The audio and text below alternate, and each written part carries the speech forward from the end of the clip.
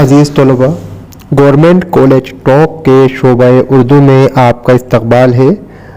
آج کی ہماری درس و تدریس کی گفتگو کا موضوع مومن خاں مومن ہے۔ مومن خاں مومن دبستان دہلی سے تعلق رکھتے ہیں، مرزا غالب اور ذوق کے ہم عصر ہیں۔ ان کی حالت زندگی کا جائزہ لیا جائے تو ہم کہیں گے کہ ان کا نام حکیم محمد مومن خاں تھا اور تخلص مومن۔ حکیم غلام نبی خاں کے بیٹے تھے۔ سن 1800 میں دہلی میں پیدا ہوئے۔ مومن کے والد کو شاہ عبدالعزیز محدث دہلوی سے بڑی عقیدت تھی۔ مومن انہی کا رکھا ہوا نام ہے۔ عربی کی تعلیم شاہ عبدالقادر سے حاصل کی۔ طبابت خاندانی پیشہ تھا، لہذا اسے اپنے والد اور چچا سے سیکھا۔ اس کے علاوہ ریاضی، نجوم اور موسیقی اور شطرنج میں بھی مہارت رکھتے تھے۔ تاریخ گوئی میں کمال حاصل تھا۔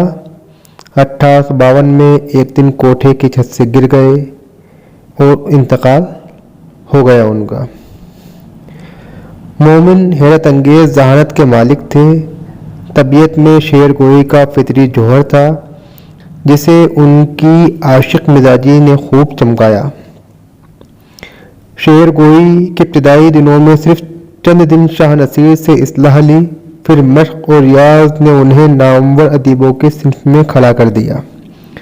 اردو غزل کو سنوارنے اور سدا بہار نکھار بخشنے والوں میں مومن کو امتیازیت کے ساتھ انفرادیت بھی حاصل ہے۔ مومن نے غزل کو اپنے اصل معنی میں استعمال کیا ہے۔ مومن وہ واحد شاعر تھے جس نے غزل کو صرف غزل کے معنی میں استعمال کیا ہے۔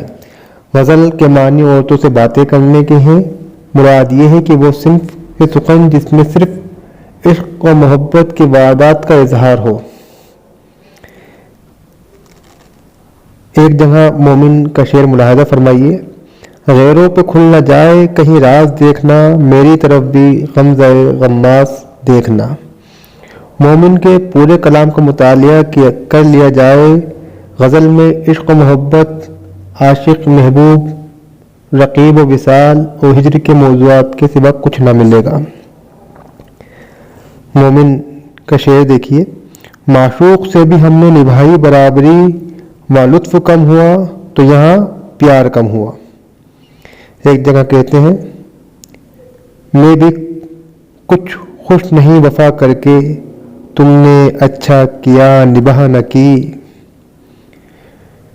اس رویے پر اعتراض ہوا کہ ان کا دائرہ محدود ہو گیا۔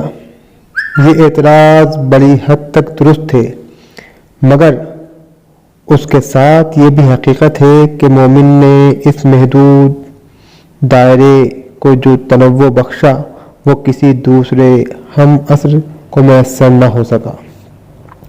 اردو غزل میں مومن اس محدود دائرے میں اپنی طرز ادا اور انداز بیان کی ندرت کی وجہ سے دور سے ہی پہچانے جاتے تھے۔ ایک بار مرزا غالب نے ان کے شعر کے بارے میں کہا تھا کہ مومن اگر مجھے یہ شعر دے دیں تو میں اپنا دیوان انہیں دے دوں گا۔ وہ شعر تھا: تم میرے پاس ہوتے ہو گویا جب کوئی دوسرا نہیں ہوتا۔ مومن کا اپنا ایک خاص موضوع اور خاص انداز ہے۔ مومن کی شخصیت، شاعری اور اسلوب میں ایک خاص آن بان ہے، ایک خاص انداز دلبری ہے۔ وہ کثرت آرائی وحدت سے گھبرا کر پرستاری وہم میں مبتلا نہیں ہوئے۔ ان کی سرگزشت رات اور زلف کی کہانی ہی رہی۔ وہ سر دلبراں سے گزر کر حدیث دیگران نہ بن سکی۔ جس طرح ہجر کے مندروں میں جنس اور جسم کی تقدیس پیش کی گئی ہے، اسی طرح مومن صورت پسند میں جنس اور جسم کے تجربے اس فنی شرافت میں اور اس طلسمی رمزیت کے ساتھ بیان کیے ہیں کہ نگاہ شوق بھی رخ سخن پر حیا بن جاتی ہے۔ مومن کا خاص موضوع حسن و عشق، اور وہ بھی عشق مجازی ہے۔ ایک جگہ کہتے ہیں وہ جو ہم میں تم میں قرار تھا، تمہیں یاد ہو کہ نہ یاد ہو، وہی یعنی وعدہ نباہ کا، تمہیں یاد ہو کہ نہ یاد ہو۔ ان کی شخصیت میں بڑی دلکشی اور پاک پن ہے، مزاج کی رنگینی اور طبیعت میں رعنائی اور شوخی کا اثر ان کی غزل پر صاف دکھائی دیتا ہے، جس کے بارے میں اثر لکھنوی لکھتے ہیں انورٹڈ کوما شروع: مومن کے دیوان میں ایک شعر بھی شاید آپ کو ایسا نہ ملے جس کی بندش سست ہو، یا انداز بیان شاعرانہ نہ ہو، یا خیال میں تازگی نہ ہو۔ فن کے لحاظ سے یہی شاعری کی معراج کمال ہے انورٹڈ کوما بند۔ عشق کی بلند خیالی، انانیت اور خودداری کے ساتھ ان کی سب سے بڑی اور انفرادی خصوصیت خیال کی نزاکت ہے۔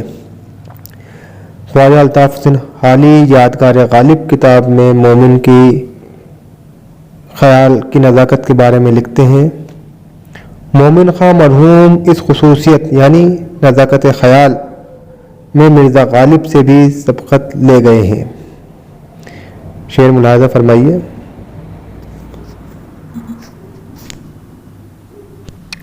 ہے دوستی تو جانب دشمن نہ دیکھنا، جادو بھرا ہوا ہے تمہاری نگاہ میں۔ مومن کا رنگ اپنے دور کا انفرادی رنگ ہے۔ وہ جو بھی بات کہتے ہیں عام سطح سے ہٹ کر کہتے ہیں۔